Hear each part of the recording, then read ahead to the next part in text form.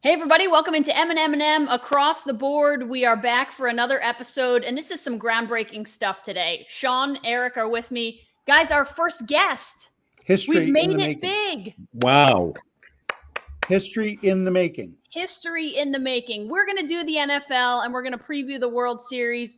But our guest is author Tom Schaller. He wrote a book called Common Enemies, Georgetown Basketball, Miami Football, and the racial transformation of college sports. We are so excited to have him on to share his insights and talk about a topic that I know, that was in the 80s, but it's still so relevant now with everything that's going on in sports. So we're super excited to have him on. He is a good friend of yours, Sean. So thank you for hooking us up here on the show. Absolutely. Happy to have Tom here. And, another big weekend in sports and another big week coming up. Yes, sir. And that starts as of taping tonight, Tuesday night, game 1 of the World Series. And that's where we'll get things kicked off, guys. The Braves get it done. They knock off the reigning champs, the Dodgers. And now they're going to Houston to take on a team that I'm sure most people are favoring in the Astros because of it's their third time in the World Series in 5 years. They have a lineup that top to bottom is very good. But in all honesty, when I look at both of these lineups, to me, these teams are very even, especially the way that they're playing right now. The pitching staffs, normally I would give the advantage to the Braves with their 3 starters. But the way that Valdez and the way that Garcia are throwing right now, I'm going to say I want to give the starting rotation edge to Houston, but I'm going to give the lineup edge to Atlanta at this point, just the way that they've played in the playoffs so far. Yeah, I think that one of the key things here is Houston has the home garbage can advantage. We'll see how that plays out. The one thing you talk about the pitching staffs, and this is something we talked about last week with Dave Roberts and the Dodgers. He pitched Scherzer in the wild card game. Eric, you were critical of it. I understood it. You got to win that game to advance. But it bit him in the ass because Scherzer had a dead arm. Okay, he misused Urias, I thought, in game 2 of that series. He came back in game 4. Not the guy that won 20 games. I cringe this time of year, like the Braves. Their 4th starter should be Huascar Ynoa, who had a very good year until he punched a bench and broke his hand, but he came back and was effective. I don't understand why in baseball teams say, we'll just have a bullpen game. Boys and girls, this is the World Series. Where's your 4? You got to have your 4. Okay? So here's the problem with having bullpen games and relying too much on the bullpen. Those middle guys, they're middle guys for a reason. Right. They're not good enough to start. They're not good enough to close. Yeah, they all have a role, but you can't pitch 9 guys in a game and think you're going to win a series. That's a bad recipe. I would love to see the Braves set their 4. You got your top 3. You got Morton, Fried, and Ian Anderson. Set him up for game 7. The guy's been great in postseason 2 years. Pitch Ynoa. Play the series with the reason you got there. Okay, you can change a little bit to win a game here and there, but don't radically change it. I hope the Braves win. Ashely, I agree with you. The Astros are going to miss McCullers again, and we'll see if that group can duplicate what they did against the Red Sox. But yeah, let's go Atlanta. I think they have the goods, and you got to give the Braves credit. They've been playing the second half of the year without Ronald Acuna, who's the best player in the game, and here they are. So it should be a fun series to watch. Those of us who know baseball and those of us who have fantasy teams who had Eddie Rosario on them at one time. Yeah, he hit 32 homers, 119 ribbies with the Twins just 2 years ago. So the Braves GM deserves a ton of credit. They could have packed it in. They rebuilt the outfield, as we've said here with Soler and Duvall. There was a great stat, folks, from Jason Stark, who is my favorite writer behind Sean Martin. And that is that the Braves did not spend a day over 500 until, get that, 111 games into the season. Isn't that amazing? Unreal. They were just written off. And yet they beat the Dodgers that had Scherzer, Buehler, and Urias. So Houston's loaded, no question. We know what the guys do in the playoffs with Correa and Altuve. And I think really they've done a fantastic job with McCullers out. So logic says to go with them on paper, and I'm a paper guy, but no way. The Braves are not logical, and that's why I like them in 6. And I hope it goes 7, like the epic one with the Twins, because that World Series was awesome. Yeah. Listen, Houston is a tough place to win, and Boston found that out. I thought that series was over with Boston up 2-1, just the way that it felt. And man, did Houston prove that they cannot be messed with. And they, they dominated those last few games against Boston. So Houston is a really, really tough place to play, but Atlanta is a tough place to play too. So I think for me, it's so interesting. Like last year, we saw this happen with Randy Arozarena, who was the hottest player in baseball in the postseason. The numbers that these guys are putting up in the postseason are absurd. Between Yordan Alvarez and Eddie Rosario, it's like the numbers are mind-blowing. Alvarez, 7 extra base hits, 9 RBIs in the postseason. Rosario, 5 extra base hits, 11 RBIs in the postseason. Logic says these numbers are not going to persist. You're not going to carry those through the World Series. But at this point, like nobody stopped them yet. So I wouldn't be surprised if those are the two guys that continue to carry these teams through. And I wouldn't be surprised if we see short outings from starting pitchers. I agree with you, Sean, on the 4th starter. I think you start Anoa in game 4, but it might as well be a bullpen session or a bullpen game anyway, because he's going to have such a short leash that if he gives them 2 or 3 innings and gets into trouble, he's out, and it'll essentially be a bullpen game with a short start. But we saw Anderson go 3. We saw Martin go 3 innings in a postseason start. So it's just like, even if they're starting pitchers, the leashes are so short on these guys that these games are turning into bullpen games. Sean, who do you sit if you're the Astros because of the no DH in Atlanta? Again, my feelings on this stuff is that it's ridiculous. It really is.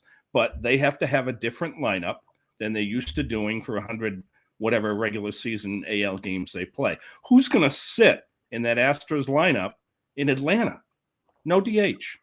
I'd probably get somebody a first baseman glove and sit Gurriel.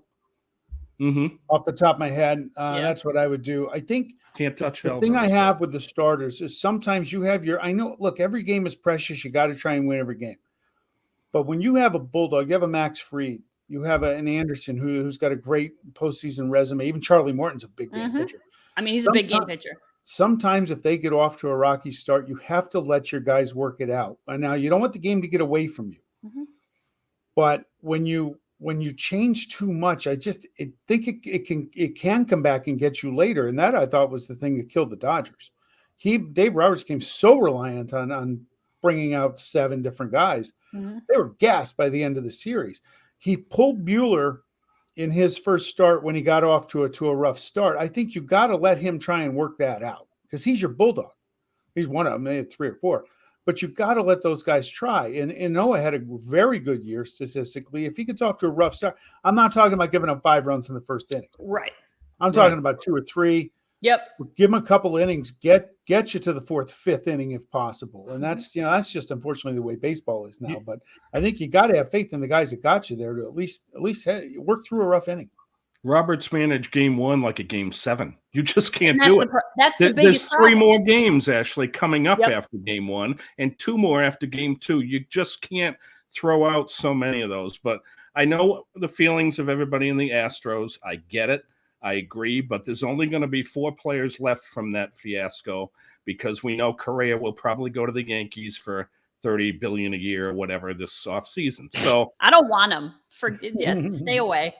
Sign him in October. But my point is, we don't hold the Chicago White Sox responsible today for 2009 for the 1919 team. So if it takes till 21-17 for the Astros to get off the hook, so be it.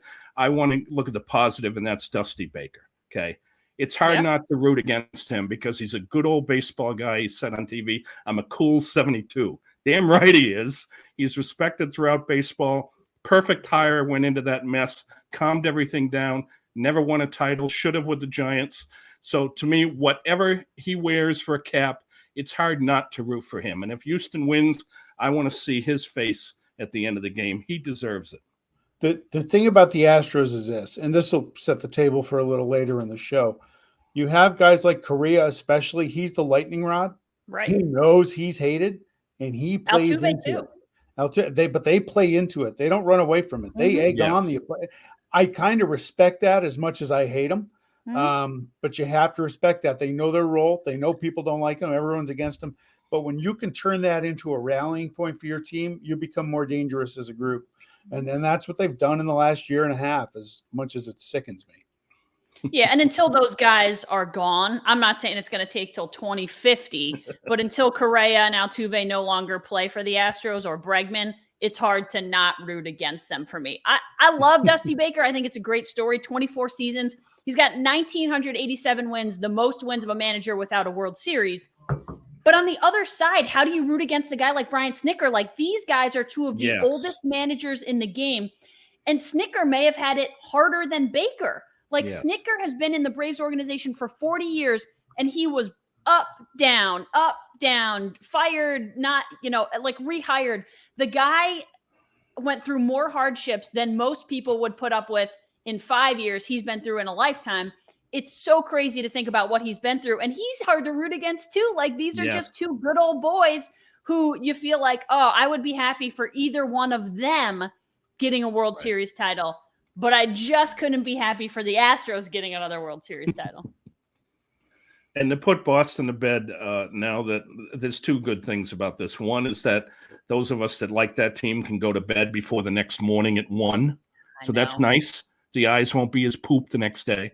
But secondly, looking back, the job that Cora and Bloom, I've been very critical of Bloom. The pickups, you can't analyze till the season's over. They're already ahead of where they were expected. And in looking back, they did overachieve, and there isn't anybody that had them with more than 82 wins. So hats off to them. As the season winds down, that's when people start to look and say, hey, we had a pretty good year, unlike like the Padres and some other teams. Well, let's call it what it is. The Red Sox were on a roll until I joined their bandwagon. So Dirty Water, hashtag Dirty Water Nation. It's on me. I own it. The Chargers were on a roll till you joined the bandwagon too. So I'm not on the Chargers. Oh, you're right. But you were. You said you were in, and then you were blowing everything up. The second place Chargers. Second place. Yeah, I hear you. Hey, at the end of the year, we'll all have to look at our worst and our best predictions. Okay. Yeah. I will say I didn't mean to jump off Atlanta, but I really believed in them, as you did, Ashley. No doubt. I will admit that the other A word, and not a 3-letter one, is Arizona. Remember, I had them 0-4 and Kingsley on the street. So win some, lose some, right? Yeah, no doubt. All right, let's make some picks. You want to make some World Series picks here? Sure. And give a little why. And guys, this is interesting because these teams, you always think like, oh, what did they do in the regular season? Not only did they not play in this regular season, these teams haven't played since 2017. So there's no real comps. And like, well, when they played recently, this is how things went. They haven't played in 4 years. So there's no real comps to put together. I'm going to go Braves in 7, just because I can't pick against the Braves. And I think if the Braves win, it's going to take 7 games to do it. I'd be shocked if they win a game 7 in Houston. I'm going Braves in 7. I love the matchups, and I know how hot Garcia was for that one game, but he struggles against lefties, and that lineup is all lefties in Atlanta. Albies can hit lefty, Freeman, Rosario. They got a ton of lefties. So I think if you can win one of those 2 starts, whether it's Garcia or Valdez, I think the Braves have a really good chance. My heart says Atlanta, but Your we're going on the record. I'll take the Astros in 6. I just think they're better top to bottom. They have guys, the Braves with Freeman and Eric Schaller and Duvall you brought up. Ozzie Albies is a stud. I'll pick Correa as the MVP, but Kyle Tucker, for those around baseball that don't know him, they will at the end. He's a big bat from the left side for the Astros. So, yeah, that bothers me to make that pick, but I just think they're going to win, if nothing else, just to aggravate me. Yep. Aggravate all of us. Yes. I think the Braves are going to have the advantage in pitching, and I think that Hart does have a big play. They've got that monkey off the back. Remember, I thought for a minute I might have jinxed them when I did Hotlanta last week, okay? But the fact is the Braves, like the Red Sox, the little train that nobody believed in the Braves. Nobody did. Oh, it's going to be Dodgers, it's going to be Giants, whatever. And I don't care how old you are or young you are, as a professional sports athlete, they read that stuff. They know that stuff. And I think they believe in themselves. And we've had a lot of baseball teams over the years, wild card teams included, that just start believing in themselves and nobody else does. And I think Atlanta is in that role right now. I do think that they're going to pull this thing off in 6. They're going to have to find a way to win in Houston.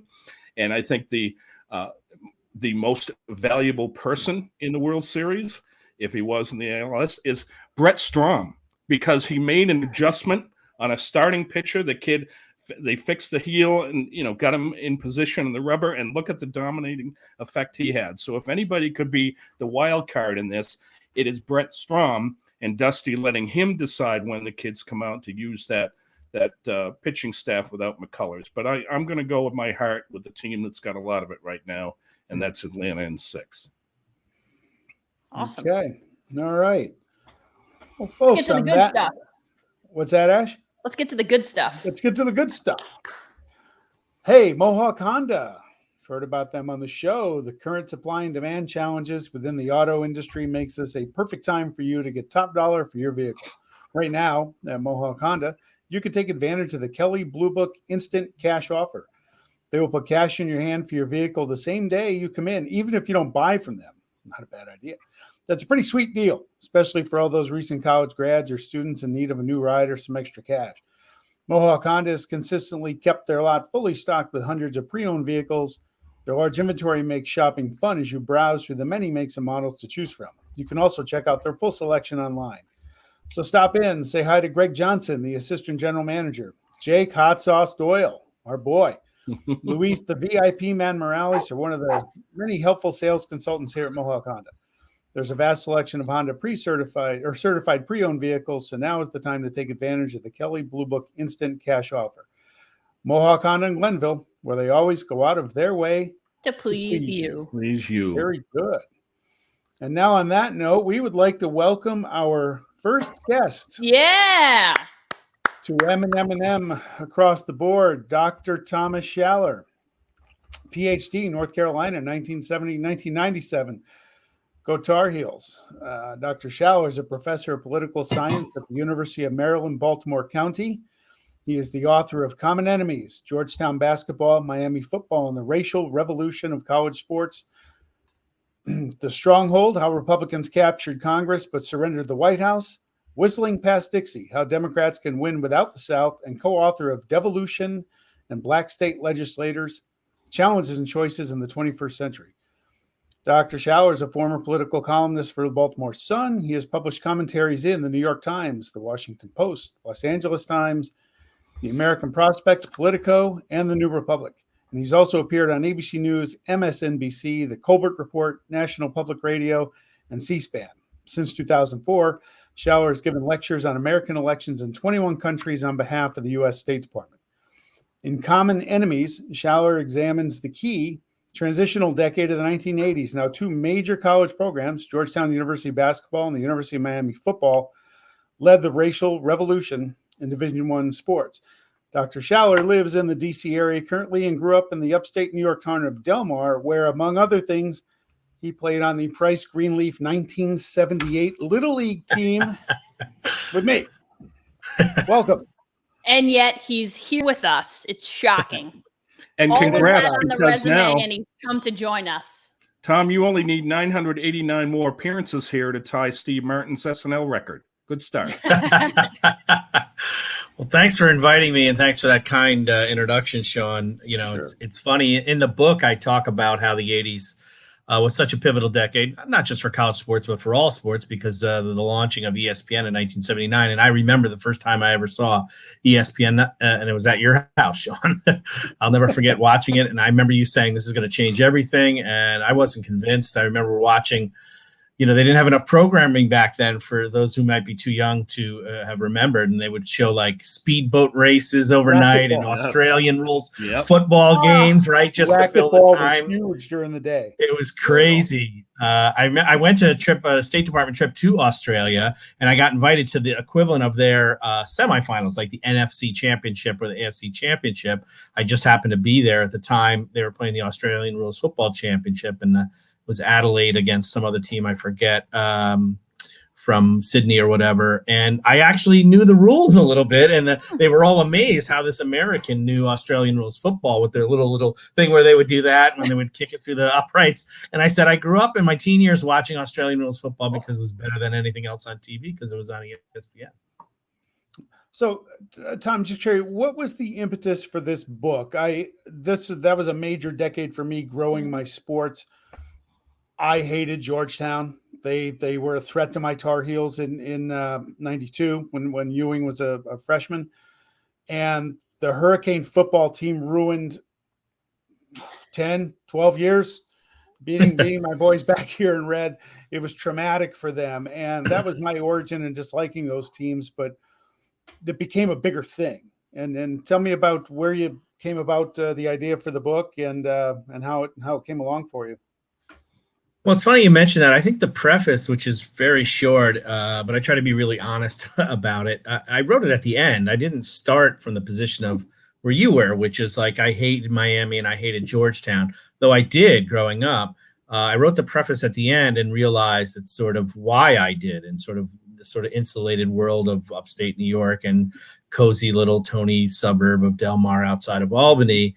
I told myself it was easy to hate Georgetown because Syracuse was a local team, and I went to Florida State for graduate school and was there in the sort of late 80s, early 90s, and the Deion Sanders era, and told myself I hated Miami because I liked FSU, and it was true to a point. But it was also that they were just such foreign teams, right, for many white spectators. And I guess I wrote the book in part because I used to be a sports writer, freelance sports writer, when I was working on my PhD in Chapel Hill. I covered college sports, mostly women's sports. I covered those great Mia Hamm soccer teams when UNC would win the national championship in women's soccer every year. I usually was the secondary beat writer for the big sports like football and basketball. So I would cover Virginia coming to town, or Duke coming to town, or Georgia Tech coming to town to play the Tar Heels at Kenan Stadium in football, or at the Dean Dome in basketball. But my primary coverage for varsity lead stories was women's lacrosse, women's soccer, women's basketball. And I guess for me, I just wanted to figure out a way to write at the intersection of politics and races, which is what I write about a lot in my day job, if you will, as a college professor, and marry that in some way to my sort of latent, sort of unresolved inner never got to be a sports writer career that I never got to fully to sort of flourish in. And so I thought, what would be an interesting book to write at the intersection of race and politics, and also a formative experience for me, like you, who I turned 13 in 1980, right? So the 1980s were my high school and college years, right? Really formative years when you develop your love for sports and your fandom and so forth. And so as I started reading and thinking, and there have been some great documentaries like The U on ESPN's 30 for 30. There's a great documentary on the Big East, but not one on Georgetown basketball yet, though apparently there's one in the works. I just thought this is the book to write for me, about two programs that I sort of understood, hated, and at a certain level from afar. And why don't I just take a closer look at the two of them? And the more I read about it and the more I wrote about it, the more I realized I had something here. And fortunately, I had an agent and an editor at University of Nebraska Press who were willing to take a chance on a guy who isn't a trained sports writer. It's ironic one that University of Nebraska Press is doing. I did see that, and I was like, But I'm just curious, Tom. I brought up Carlos Correa in the prior segment, playing into that role. I thought one of the things that those two teams did that probably furthered the dislike for them was they embraced it. They were brash, especially Miami, Michael Irvin, and that whole group. And they would come out there and they would tell you, hey, we're going to come out and beat your ass today, and then go ahead and do it. I mean, how much of that through your research did you see? Was it intentional, or was that just them being them? Yeah, clearly it was intentional. And I think the thing that fascinated me about this project was that, these amateur athletes, many of them still in their late teens when they've, in their first or second years of freshman, sophomore playing, they changed the sport despite really having very few levers of power to wield. There's no union. They weren't paid then. We didn't have the Supreme Court ruling that we had last year for names, imagery, and licensing, which might be the topic of my next book. I'm thinking about writing about the NIL from a legal, political standpoint. And the fact that they were able to sort of graft onto college sports, and I borrow Bill Rhoden's term, sort of the black style play. They weren't the first to ever do it. They certainly weren't the last. They aren't responsible for all the changes and innovations of the 80s. But I basically argue that Miami football and Georgetown basketball were accelerants, right? They sort of were the leaders of the movement. And you don't have to take it from me. I mean, you have people coming on later on at UNLV and the Fab Five who look back and mention the influence of Georgetown basketball on them, and similarly with teams that followed in the footsteps of the Miami Hurricanes. They were very brash, very aggressive, very bombastic. And as I say at the end of the first chapter, the black style is very different, though. The Ewing and John Thompson led black style is very militaristic. It's very quiet. It's very Hoya paranoia. It's not very loud in the sense that a lot of media trash talking. It's sort of just physically intimidating and stoic and quiet and mysterious. Whereas Miami, led by Jimmy Johnson, who was a psychology major, his view was like, let the players be themselves, and that in order to be confident, you needed to be brash. And he talks about how poor kids coming from Immokalee or Liberty City, from impoverished backgrounds and maybe disrupted families, come on to Coral Gables, this leafy sort of private school, and they're intimidated. And how do they compensate for that? Maybe overcompensate with this sort of brash style and this finger pointing and trash talking and taunting. And Johnson's view was like, let the Canes be the Canes. Whereas John Thompson, on the other hand, was like, you talk out of style, out of turn. You say something in front of the media, and you trash talk, and you're gonna hear it from me. And so, I say in the book that the black style unites the two of them, but it's not monochromatic. There's different levels of gray there, and the way that John Thompson practiced it, I think, is strikingly different from the way that Jimmy Johnson practiced it. And you know what's amazing? Everything you said, what they did was without social media. Isn't that incredible? Right. Think about what it would have been like then. But Tom, the question I have, I think you're perfect for this, is, we know politics and sports do come into play. They meet at intersections, sometimes like oil and water. We've all seen that. And of course, recently we had an all-star game moved right out of a city, out of a state, due to something political. We've seen other instances. But in your case, Tom, you're well equipped with your experience in both areas. We'd love to hear your opinion on the matter of mixing oil and water, politics and sports. This is a great question, Eric. My view is pretty clear on this, and as somebody who's written a political column for the Baltimore Sun, and I would get angry letters from people saying, you shouldn't be doing this, you're political. It's like, I'm still a citizen, right? My view is like, you don't surrender your citizenry as soon as you lace up your cleats or put on a helmet. Now, is there a time and a place? We could argue about that. I mean, during the game, things like that. Should Brian Bosworth have been making political statements or, on headbands and things like that? Maybe not. We could argue about whether Kaepernick is doing it at the right time and in the right place. But the notion that politics should be divorced from sports, and that athletes somehow surrender their democratic, small d democratic entitlements as citizens is absurd. We don't say that about wealthy corporate billionaires, that they have to stay out of politics, and this whole notion of the whiny, overpaid millionaire, I really address that late in the book. I find that to be one of the most offensive phrases that you hear in our culture. The notion that if you're making a lot of money playing a game that, by the way, in the professional football realm, is the average career, if you even make it there, is about 4 years, and guys die really, really young from head injuries and all the ECT stuff that we know about now, right? I mean, the notion that just because you're an athlete, you're not allowed to have views on politics, to me, is utterly absurd. We don't apply it to any other field, and we certainly don't complain about whiny, overpaid Facebook billionaires who drop out of college and say that they didn't graduate from college and they therefore have no right to really engage in the public discourse or public deliberation. So I find that patently offensive. And frankly, I think there's a bit of a racial undertone to that as well. Yep. This notion that, hey, you should be happy you're a poor black kid who has multi-million-dollar contracts. So why don't you just shut up and catch your checks? I don't go in for that one bit. Yeah, I agree. And it's interesting you say that, because that was something that started circulating on social media, of course, was the shut up and play. And that came out when the Black Lives Matter movements, when the WNBA was in the bubble doing all their social justice movements. So I agree. I think it's absurd. I don't think anyone should have to give up their beliefs and what they hold, the rights that they hold, just because of a job that they have. Listen, journalists are different, and we all know that. We get into that. But when you go home at night, you still have those beliefs, whether or not you're allowed to voice them.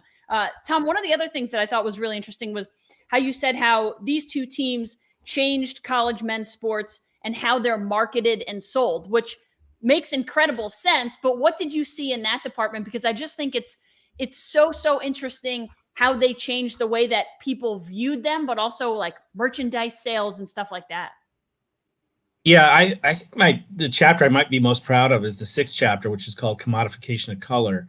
And it's really about how much sports has changed from a marketing and an apparel and promotion standpoint. And as Eric pointed out, we didn't have social media back then, so it's obviously easier to do those things today. But I was fascinated. Sadly, Sean, I went back and watched, sadly for you, I watched that Miami-Nebraska game.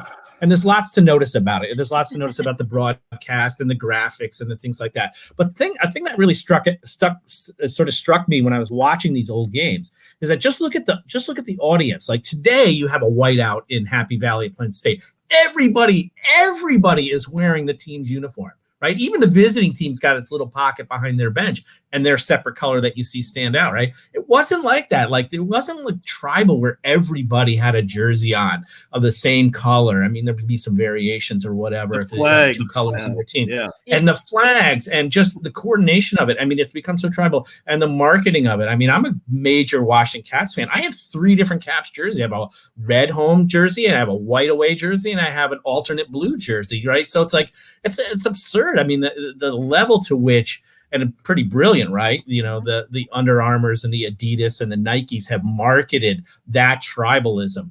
And the fact that athletes were able to do that, of course, amateurs who couldn't profit a nickel off of that. You heard the Jalen Roses of the world complaining in the Fab Five documentary about, going and seeing the sneakers that they made famous and they don't see a nickel of it. And so to me, it's really remarkable how sports teams did that and created a tribalism. And race, as I argue, is really important factor in that, because if you think about African Americans, which today now, African Americans are about 14% of college graduates, and they're about 13 or 14% of the population. So there's equity or equality there. That wasn't always the case. And in the 1980s, African Americans as a share of college graduates was much lower. And so if you're an African American, why are you rooting for some college team that's, say, out in, the state capital, Lansing, Michigan, or some remote town, right? Like, Happy Valley. Like, what's your rooting interest there? Until and unless the black athletes draw you into it, right? You didn't go to Penn State. You're not a booster. You're not sitting there at those tailgate parties, right? You're not an alumni. You're not on some email list, right? So what's your connection to Penn State? And so I think what black athletes did is they brought a lot of black spectators and many white spectators in to root against, as I said, these sort of white root against these black Goliaths fighting against these white Davids, as I coin them in the book. Yeah, Tom, you brought up that national title game at the end of the '83 season. That was one of the worst moments of my sports fandom. Tom Osborne could have kicked the extra point and gotten a tie and would have won the national title. Most likely, he would have backed into it. But kudos to him for going for 2. I don't know why you don't run the ball, but whatever. 11 years later, Nebraska rallied back against Miami in the Orange Bowl in the '94 season, January 1st, '95. To win me my first title as a Husker fan. I was too young for the first 2. But the bitterness that I felt toward that team through that 11 years, it felt like every year we'd go to a bowl game, go down the Orange Bowl, and just get our tails kicked. And it felt that way because it was real. It happened. Now that I got that out, was there anything about this research and through your writing that surprised you, that you didn't expect to learn in this project? I don't know. I guess I was really surprised. I wrote chapter 3 about the racial history of the 2 cities. Now, I live in Washington, D.C., so I sort of know it in a way that you just kind of know it from the city you live in. But I actually had to read up on the Washington riots in '68. And so I draw this parallelism between the racial environment of the 2 cities, because the chapter is called Unlikely Incubators. And I make the argument that these were 2 very unlikely programs, right? Miami almost ended its football program with a vote of the Board of Trustees 7 years before it won that title over Nebraska. They were going to disband football. They were viewed as a program that good schools went to visit and played away games so they could have a vacation in the middle of their schedule. Georgetown was a terrible basketball program. They had only gone to a postseason tournament 2 times in the 43 years before John Thompson was hired in 1972. So these weren't programs that if you thought, who's going to lead if you're sitting somewhere and say 1978 or 79, and you say, who are the 2 programs that are going to revolutionize sports, especially from a racial aspect? and dominate those sports. It's not like they revolutionized it and they were middling teams. I mean, Georgetown, they go to the Final Eight 6 out of 10 years during that decade, and Miami, won 34 consecutive games at one point. So it's not just that they changed the tenor and the style and the inclusiveness of sports. Like, they dominated, as you pointed out. So I guess I was surprised in a way, about the racial history of Miami and the racial history of of DC, and reading up on that, and how it's interesting that John Thompson was hired in 72, as I discuss in that chapter, yes, to revive a program that went 3-23 under a guy named John McGee the year before there, but also because the leaders of Georgetown said, we are living in this little cuckoo's nest in this little Tony corner of Northwest Washington, D.C. And 4 years ago, we had riots after the Martin Luther King assassination that tore the city apart. And last year, we had the May Day riots where students protesting the Vietnam War were chased off the Capitol by the National Guard, and they retreated to Georgetown because Georgetown said, you can come here safely and we won't allow the police and the National Guard onto the yard, onto the campus. And they said, we're kind of like living removed from the politics of the moment here. And so Thompson's hire was partly because he was a great high school basketball coach here in DC, but also to bring the university into the future. And I think the Schnellenberger hires, and especially the Jimmy Johnson hires too, were designed to bring Miami forward after the equally more violent, in a sense, 1980 Liberty City riots that just tore that city apart and literally was on fire. The tire factory in Miami was on fire for 4 days there after the murder of the acquittal of the officers who killed a guy named Arthur McDuffie in a trial that really sent the city in a tailspin for about a week. And Tom, if we had a time machine, we talked about going back and adding social media. Can you imagine Irvin and all of those players with NIL?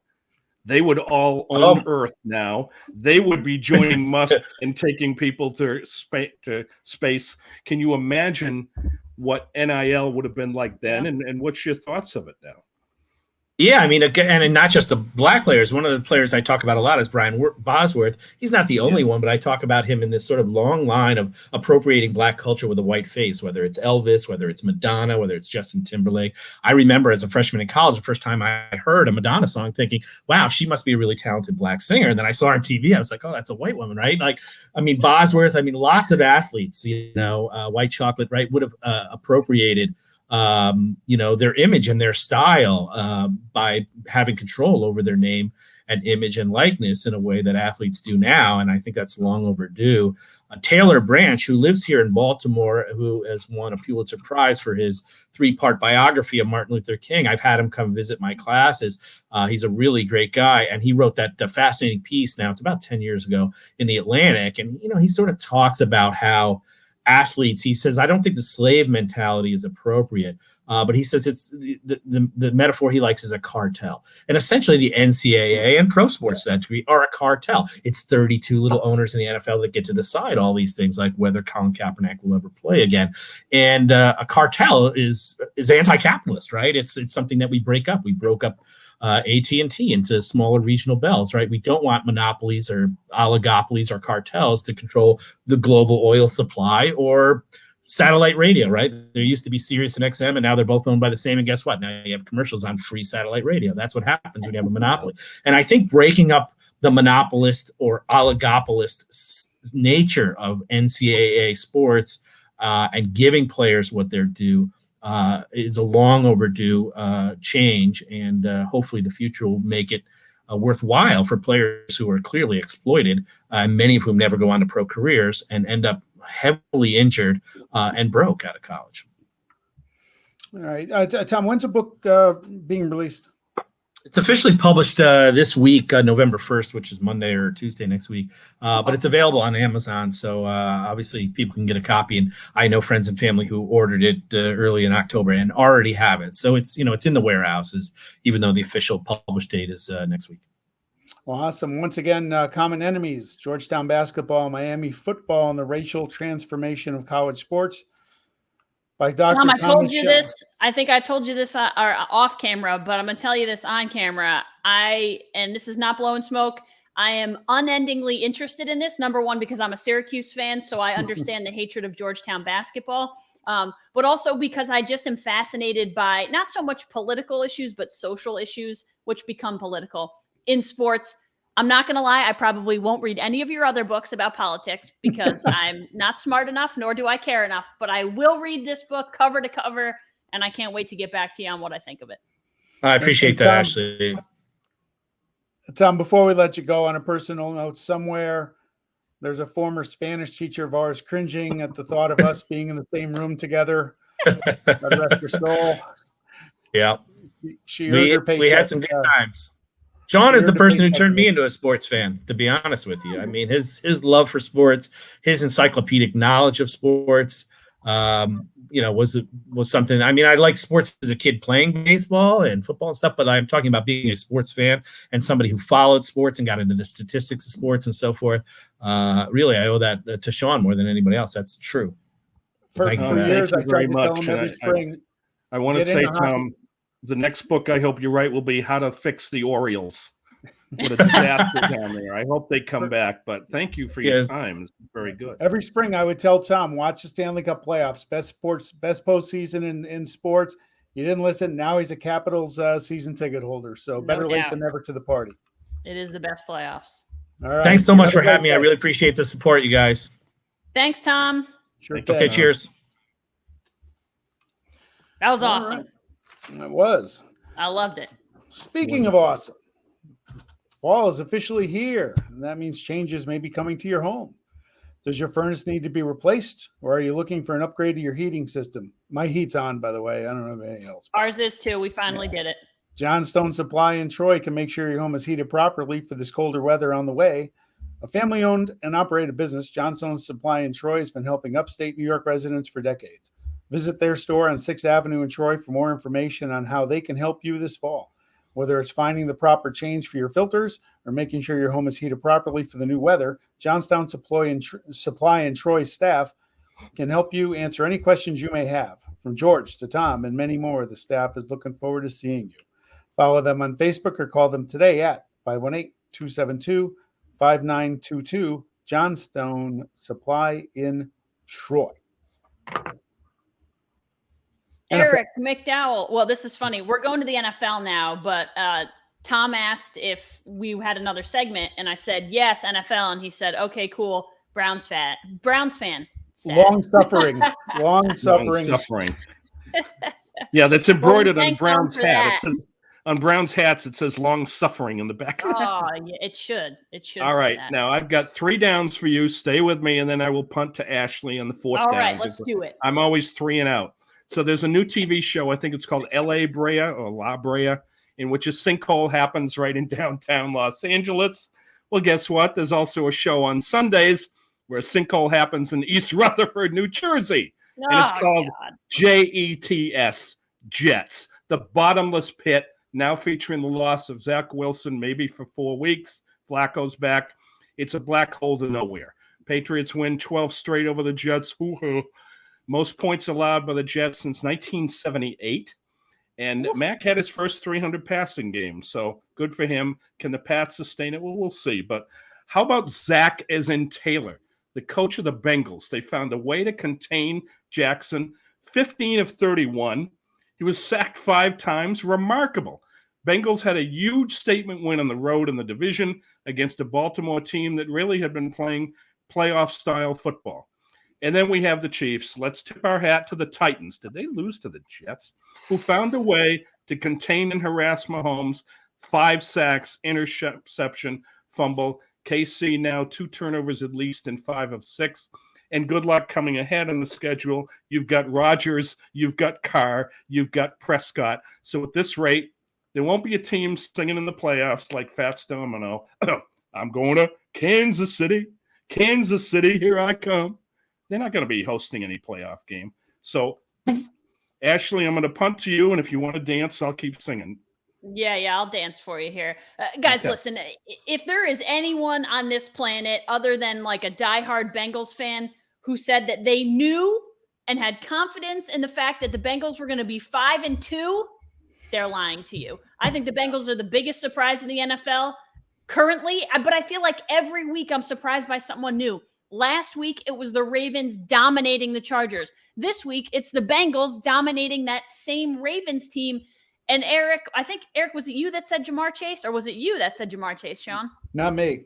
Chase, Eric. my boy. Eric, yeah. That's going to be your Love winning that guy. ticket for the year. That'll be your best prediction because that guy is on the fast track to Rookie of the Year. You can just tell how much it benefits having Burrow and Chase. They played in college together. He is unbelievable. And that was a competitive game until into the third quarter, and they just blew the doors off. But I think the most surprising thing about the Bengals is their defense. Like, their defense is legitimate, and that's what's allowed them to win games this year. You're right. The Jets are a black hole. The Giants finally got a win. And this, I know, listen, I wasn't convinced that Daniel Jones was athletic. People keep saying Daniel Jones is athletic. That one-handed catch was pretty absurd. Mm-hmm. Yeah, with Jamar Chase, he was picked really high in the draft. He would have been a bigger name, but he sat out last year. But excuse me for 1 second. Notice I didn't mention So I'm going back to the Chiefs, the narrative on Patrick Mahomes, Mr. Turnover. We talked about it. He's had the problems this year. He seemed to get away with them last year. He's not this year. Why is that? Number one, his offensive line is all new. They haven't meshed. Mm-hmm. He is so talented. He's too talented. He needs to learn his fumble that cost him the other day. He was going for an extra yard or two. You got to slide, dude, because somebody could hit him, and he fumbled the football away. And the play he got hurt, he was going off balance, leaning forward. He got hit by a thigh or whatever. Take the sack, right? He's lucky that ball didn't get intercepted when he just lofted it up there, and that's where he's making his mistakes. He has an ability to throw across his body, throw sidearm, underhand that very few quarterbacks, none, have, but it's hurting him in a way because he's trying to force it. And when you force it, sooner or later, the NFL, the one thing about defenses in the league, they catch up to you. Okay? They caught up to Michael Vick when he brought a new dynamic. They haven't really caught up to Lamar Jackson yet, but you kind of see it, right? The Bengals did, and good for the Bengals. But Zach Taylor, former Nebraska quarterback in the late 90s, I didn't even know he was coaching. I didn't even know he was coaching on a staff as an assistant. He got that job, and I'm like, wow, Zach Taylor. Good for them. The Raiders have in consecutive weeks coming up, a bye week, and then at the Giants, and then you got Kansas City, the Bengals, and then Dallas on Thanksgiving Day, which means a quiet day in the Martin household. Sorry, family. Mm-hmm. But yeah, the Chiefs 3-4, but they have some holes, and their defense is ranked 31st and 32nd against the pass and against the run. Yep. They have some serious issues. They get a layup this week, not a layup, but they should handle the Giants. But yeah, there's some problems there, but Pat Mahomes has to figure it out, and he's got to be I've been banging on his turnover ability all year. He's got to be more careful with the football because he's hurting them as much as he's helping them. And he's young, and people, we forget, but he's young. But because he's done so much so early, I look at McDaniels, and the minute that his young quarterback comes off, he sits right down with the iPad. Good job, or here's how to work. That's what they got to do. Where is the coordinator? It's like a hitting coach in baseball watching a guy like Renfro go 0 for 12. Talk to him. But football coaches watch more film than the Academy voters do. Okay, it's all about film. It's all there to see, and you make adjustments. And we know they even make it at halftime. We've seen that with Belichick and Andy Reid and many others. But somebody's got to talk to the kid, Mahomes, sit down and go over those things, not during the week as well, but also in game, because he is trying too hard to do too much. And now people are making adjustments. Yeah, I think the most impressive thing about that game, guys, was that, and Ryan Tannehill never will blow your doors off. We've talked about that time after time. He doesn't have to be great. He doesn't even really have to be good. He just has to be good enough. But he was 21 of 27, which is really good, but he only threw for 1 touchdown.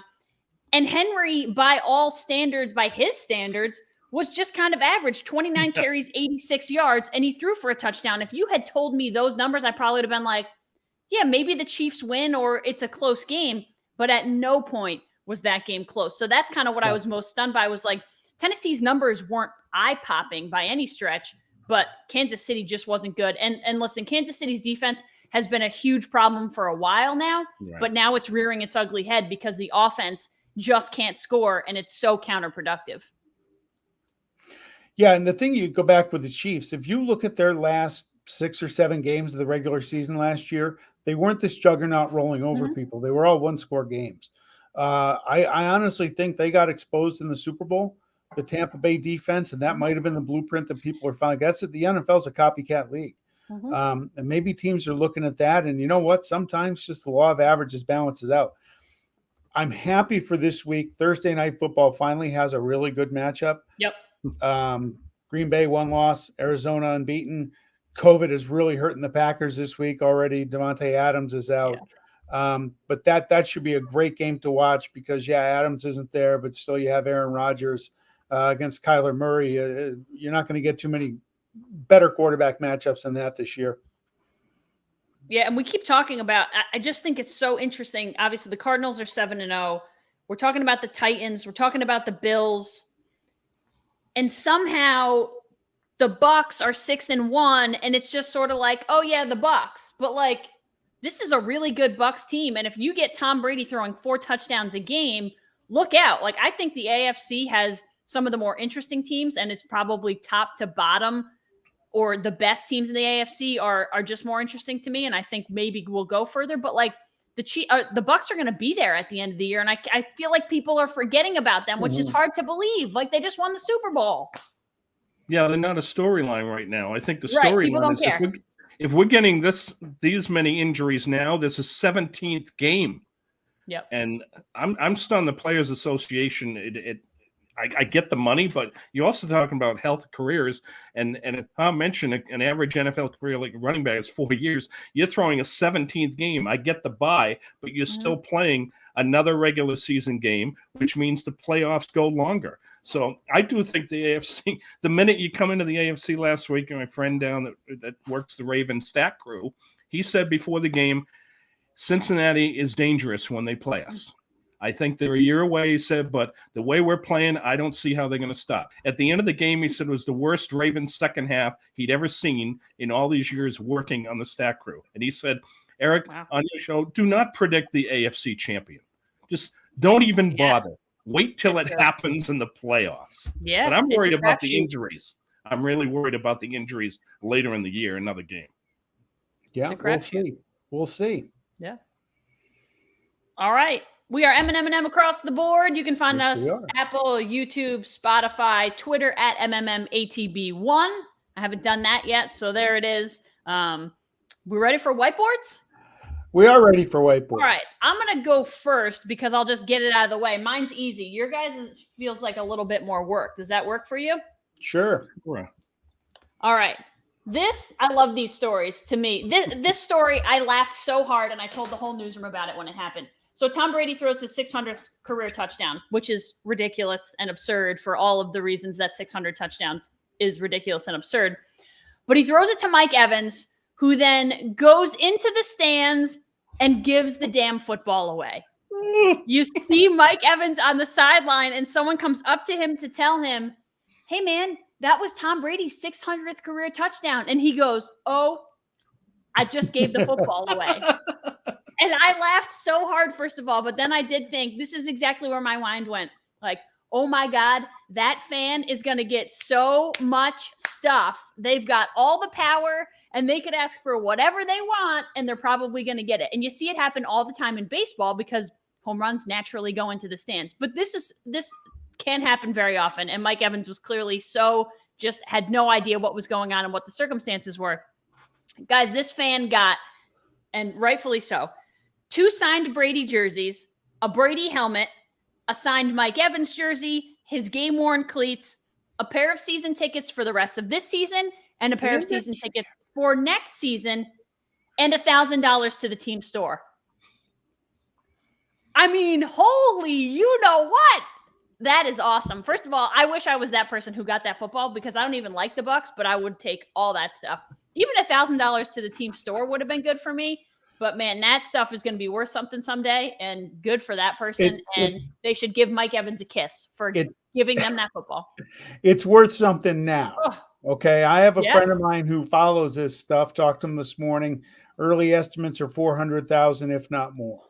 Okay, if I'm that fan, look, I'm the last guy that's going to go lick Tom Brady's bootstraps. Okay, if I'm that fan, I still have the football. I'm negotiating, right? All those things are nice. Clearly, he negotiated. That was pretty good. That was pretty good. But cash is king. Show me the money. There's enough. There's a lot of money in the Brady household with his wife and him and everything else. Take the money. Let's make a deal. Look, all those are nice, and it was a nice gesture. You know, the Bucs to give them the tickets. No, I'm not ripping on them, but man, I'd held that ball for a day or two and thought about it. Yeah, but you can't look like. Then you look like the jerk who, like. But I'm the jerk with a big check. You know, they give you in the photo. They're not just going to give you cash. That's not going to happen. They're not just going to give you straight cash. Cash. No, they won't do that. Pay the man. Well, as a PR person, I know it's a nightmare when it's a foul ball in the stands or something like that. Fortunately, with TV now, there's more cameras and you can track the person down. Yeah. And local broadcasts will show the person and show them negotiate. I think it's wonderful that, you know, most fans will say, hey, that's a special thing in their career. But I can't really fault the receiver because a coach would say, and I know this for a fact, they'd say, we don't care about numbers. Game day, we don't care about numbers. Now, obviously, he must have been aware of it in some fashion, but when he's playing the game, he's not thinking about this number or that number. Brady isn't, the receiver isn't, nobody is. But when it happened, yes, when watching that as a PR person, I'm like, oh my God. But thank God he didn't throw one of these up in the stand or up in a gun, because at a football game, you can't track down a fan like that. So I have no problem with it. I think it's great when an athlete has numbers like that. And Tom and the good ones never say numbers don't matter, just the ring. But trust me, down the road, he'll be very happy that he has it on that mantle in his house. No doubt. I don't know if you guys can hear this adding machine. I'd be having that thing popping the whole time. Hang it up. Finance guy. Good sound effects. Eric, you or me, buddy? Go ahead. All right. So the NBA announced their top 75 all-time players. Sorry for the extra homework assignment, Ashely. Yeah, both of you gave me homework. Homework. I was thinking if I was going to put together a starting five, a team, not the 5 best players to ever play. That's important to remember here before you all start. Positions 1 through 5. Yeah, before you start sticking pins in your Sean Martin voodoo doll, this is the top. If I was getting a starting lineup, how would it look? Okay, good. Okay, first team. Woo! Larry Legend, Tim Duncan, Wilt, Magic Johnson, Michael Jordan, and coached by Red Auerbach. Okay. Great. Okay. Second team. LeBron, Kevin Garnett, Kareem, Oscar Robertson, Kobe Bryant, Coach Pat Riley. Okay. So to anybody out there thinking, how is LeBron below Larry Bird? To me, that was the toughest call. LeBron is probably the second greatest player to ever play the game. Bird, to me, was more. So Bird is the first greatest player ever to play the game? Michael Jordan is the best player. Well, I know. No, he's not. I said starting 5. I'm putting together a team. The difference was in crunch time, Larry Bird, I was no Celtic fan back then. He was a killer. He was an absolute killer. LeBron, I go back to Miami. I thought he deferred in too many big moments. So for me and Bird, they're both great. But obviously, you're having a conversation like this. You can name 5 starting 5. Yeah. But I would have Bird because I thought he is a better facilitator. And if you needed a 3, especially from the corner, he's your guy. He had 1 miss in the 87 finals against the not 87, 85 finals against the Lakers. That would be my 5. Thinking about what the two of you came up with. Yeah. So I did it a little differently. I just made sure I went by position, but I didn't necessarily think about how they would either play together or who was more clutch, just That's my 5 top players at the positions. There's no rules here. Whatever they were at. So I went Magic, MJ, LeBron is on my first team, Duncan, and I went Kareem for my center. Wilt is on my second team. Along with, and this was a tough one for me, but I kind of, like I said, I tend to trend young. I went Steph Curry because I think when all is said and done, he is one of the most transformative point guards in the game. Then I went Kobe, Kevin Durant, Karl Malone to go along with Wilt for my second team. What do you got, Eric? Well, first of all, I want to say coming up is November 1st, and that was the anniversary of the very first NBA game the Knickerbockers played in Toronto against the Huskies. And no, I was not the PR guy then, but in a nod to history, the Raptors are playing at the Knicks on November 1st. So that was great that they made that happen. Cool. It was an honor to serve, even if it's for a short time, as a PR person of one of the 11 original teams. The Warriors, of course, started in Philly. But picking this team is like trying to spend one day at the Smithsonian. Good luck. Yeah. I think both of you nailed them. I think you did a tremendous job. My starting five at center, I have to go Kareem. All-time scorer, third rebounds, blocks, dominated in college, one of the best college pro runs ever, and he didn't miss a beat in the pros. Lived up to expectations. Forward, I got to go. I'm really going with LeBron because what he's done is remarkable. He's transformed teams, and they win with not the best supporting cast. Sometimes, yes, but he's turned around his hometown franchises. Great call on Tim Duncan. People forget because he played in one of the smallest markets in all of pro sports, San Antonio. You can walk here to there and be out of the city. 15 straight All-Stars and just a tremendous time. 5 NBA titles. Guards, I've got Jordan, and I'm going to put the logo there. The logo is Jerry West. All right. 14-time All-Star. He averaged nearly 30 points a game in his career, and he has a logo. Seriously, that's him. And then the bench, I've got Bill Russell, who was one of the most remarkable human beings I ever got to meet and talk to. And I will never forget that, even though my neck still hurts from that. And then I go with Wilt, Magic, Larry Bird, Kobe, and Karl Malone. And yes, Red is the coach. Great job. Yeah, I got Phil as my coach, but only because Red is too far beyond my time. So I went with Phil Jackson, which Phil Jackson is, not the worst. Sure, nothing wrong with option. that. Yeah, guys, I thought center was the hardest position for me just because they're like the guys at the top of that class. Like we didn't talk about Shaq. We didn't talk about Hakeem Olajuwon. Like those are guys that like that position was just so good over time. It feels like all the other positions are a little bit more clear cut with like a top 2. The center position for me is like a top 5 or 6. Yeah, I thought Olajuwon and Russell were right there, 3 and 4. I mean, Russell's got so much hardware from winning NBA titles, and Olajuwon was just, I don't know if there's been another like him. I actually think he's underrated. Yeah, even though he had a couple titles, he was just a force. And boy, was he fun to watch. So, yeah, the center was very difficult. Russell and Wilt were the original Magic and Bird. That rivalry, I know the league was smaller and less talented, but Russell and Chamberlain, there was nothing to compare to that until people of today saw Magic and Larry's rivalry. Yeah. Eric, what you got? It's that time of the month, meaning the number of the month, and the number is 32. And we're going to bring up some of the same names. There may not be a more iconic number in sports, okay? Because we went over some of the names. Everywhere you look, these guys are Hall of Famers. This is a blast, okay? This is fun. Good luck, both of you. Here are my top 3. I had to have a tie. Sandy Koufax, Karl Malone. Could not break that tie.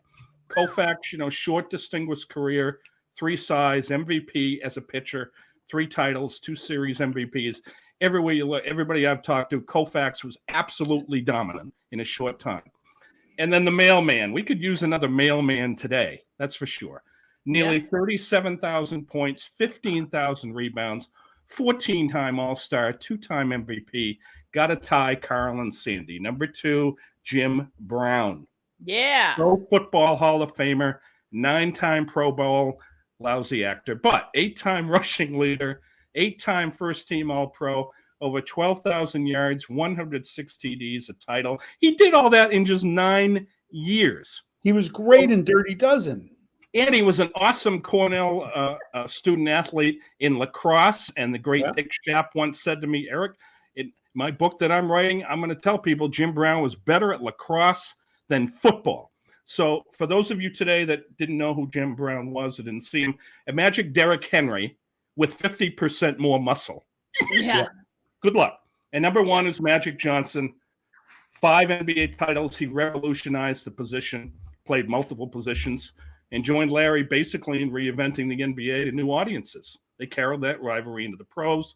12-time All-Star, 3-time MVP, nearly 18,000 points, and still over 10,000 assists. There's only one ball on the court, folks.